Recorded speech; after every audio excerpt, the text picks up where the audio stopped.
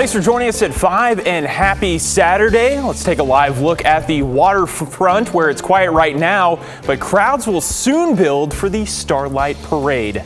More details on that in a moment, but first let's bring in meteorologist Joe Ranieri. Joe, no rain to worry about before midnight, but a different story after midnight. Yeah, it's going to get downright nasty heading into the early Sunday mornings and into much of the day tomorrow and into Monday as well. The culprit is this upper level low that's coming in here in the next few hours. Really after midnight, we'll start to see the rain really pick up. Now, this is an atmospheric river that stretches more than 1,500 miles out into the Pacific Ocean, and once it starts to move on shore, we're going to be seeing some steady streams of rain showers, basically from I'd say about 8-9 o'clock Sunday morning all the way into the evening hours, and yeah, we'll see another round move in for Monday. Right now along the coast, temperatures are in the upper 50s with cloudy skies, and that's the case here in the valley, at least conditions-wise.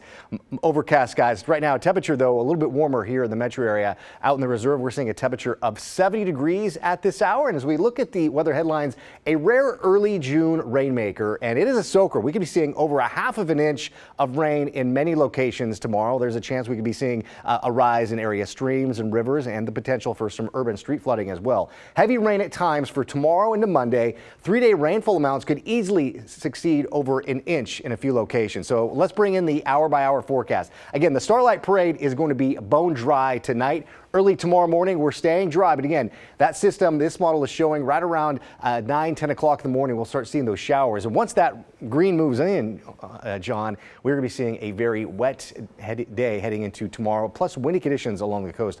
I'll talk more about that in just a few minutes. Okay, Joe, we'll see you here later in the show. As we mentioned at the top of the show, in less than 3 hours, one of the Rose Festival's most popular events is scheduled to kick off. Starlight Parade starts at 8 and winds its way through downtown, ending near Providence Park in the middle of a Timbers game. PBOT estimates between the two, more than 100,000 people will venture downtown and to Goose Hollow. Here's a look at the parade route. With that, officials are urging people, when possible, to use transit. And keep in mind, some roads and freeway off-ramps will be closed tomorrow afternoon and evening. You can find a full list right now at KGW.com. By the way, if you want to avoid the crowds, you can watch the Starlight Parade live from anywhere. We'll be streaming it starting at 8 this evening on KGW.com and on KGW+. Almost 14 years have passed since Kyron Horman disappeared. He was 7 at the time, and authorities have yet to figure out exactly what happened. Today, our Sydney Dorner spoke with his mother, Desiree. And Sydney, can you tell us any updates she shared with you? Well, John, Kyron's mother, Desiree Young, is still fighting to bring her son home while also helping other parents with missing children. Today, she held her yearly car wash to raise money for his search, hoping to have a more aggressive approach, like hiring a private investigator and even creating a specialized task force. I can't even explain it. He's a part of me, and it's just something in there that just yearns to touch him and hold him. More than anything, Desiree Young just wants to see her son Kyron again. The last time she saw him was almost 14 years ago, disappearing from Skyline Elementary School in Northwest Portland after presenting at a science fair. Kyron was dropped off by his stepmother at the time, Terry Horman, taking a picture of him within an hour of him vanishing. Last seen wearing a black CSI t-shirt. Young says Terry has told multiple versions of that morning, but has yet to be charged. The fact that we trusted this person to take care of Kyron, and she not only betrayed that trust, but she also victimized all of us. Young admits being angry at Terry, but it hasn't distracted her from the bigger goal, putting as much effort as possible towards finding Kyron, organizing a car wash in Beaverton to raise funds for an even more aggressive search. With hopes of hiring a private investigator, law enforcement approved K-9 teams and a specialized task force. Doing flyers and bracelets and buttons, and we're constantly spreading the word, and our volunteers are awesome. And, you know, raising money to provide some support in that arena is really important in a missing child case too. Young is using her pain and platform to educate other parents of missing children, hoping to inspire them to continue to fight no matter how much time has passed, emphasizing the importance of working with law enforcement. you need to bring your child home. And so whatever you have to do that, do it. Now, if you have any information on Kyron Horman or would like to donate money towards his search, you can head over to bringkyronhome.org. John, back to you. All right, Sydney, thank you.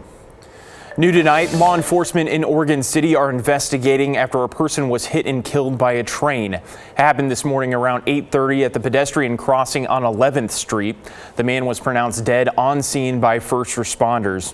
Oregon City Police is withholding the man's identity until they notify his family.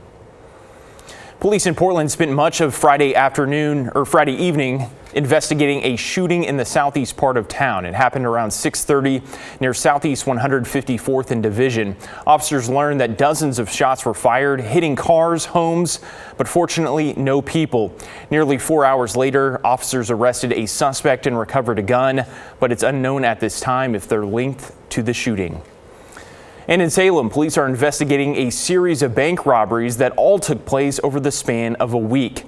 The first happened on May 21st at Valley Credit Union, then May 23rd at a Chase Bank, the third at May 28th at Key Bank. Each incident involves an adult male suspect who shows a handgun, demands money, then runs away on foot.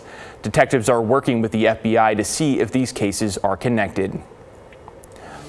A Portland man who says he was the victim of a biased crime is speaking out about the attack that left him with multiple dog bite wounds. He's calling it the last straw.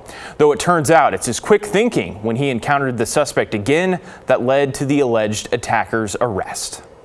I saw a young guy getting attacked by a pit bull. Marcus Evans was near Southwest 13th and Alder on May 12th when he saw the altercation and attempted to intervene. Sicked this dog on me, while yelling racial slurs. Evans says it was all such a blur he can't remember exactly what happened next. He suffered multiple dog bites and went to the hospital, where he says he had to get multiple shots, including for rabies and exposure. 8 days later, I'm walking my dog and I actually see him and the dog again. And I kind of followed him from a safe distance and was able to get the police there, and they were able to pick him up. The suspect, 29-year-old Zachary Tyler Hay, now faces 9 felony counts, including assault in the second degree and bias crime in the first degree. On Thursday, Hay pleaded not guilty. Court documents say he told authorities his dog, quote, happened to get unleashed. Portland police have also released Hay's mugshot and have made repeated appeals, saying there's likely a third victim who was attacked by Hay's dog that has yet to come forward.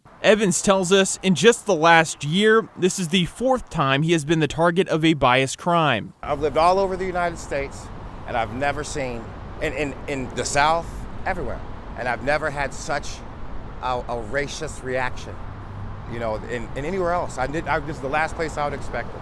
And this assault, which has left him no longer feeling safe, has convinced him it's time to leave Portland. I'm moving soon, I'm moving soon. So that's, and it's because of all this.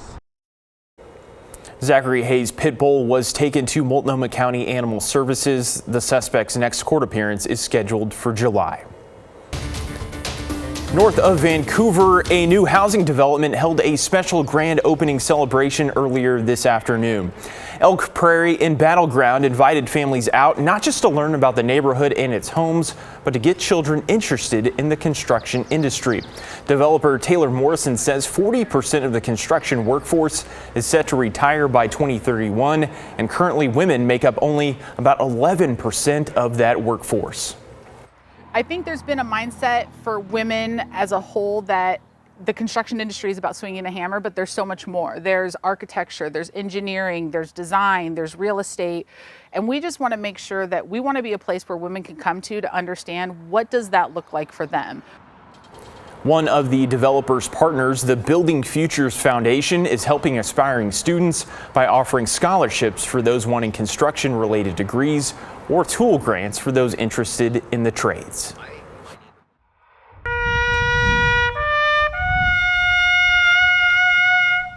We didn't know how many would come or if anyone would come, but to us it was worth it. If no one was here, we were still burying 34 individuals who had been forgotten. A unique kind of military burial took place this morning at Willamette National Cemetery. Today, the cemetery held an interment ceremony for 34 veterans and veteran dependents. It's after 3 volunteers found their remains forgotten in storage at the Wilhelm Funeral Home. It's just the right thing to do. And when we learned about it, we couldn't stop looking until we had found all that we could.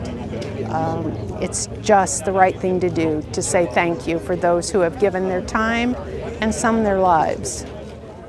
These vets served from the Civil War to World War II. To honor that, some attendees were dressed in military garb that reflected those time periods.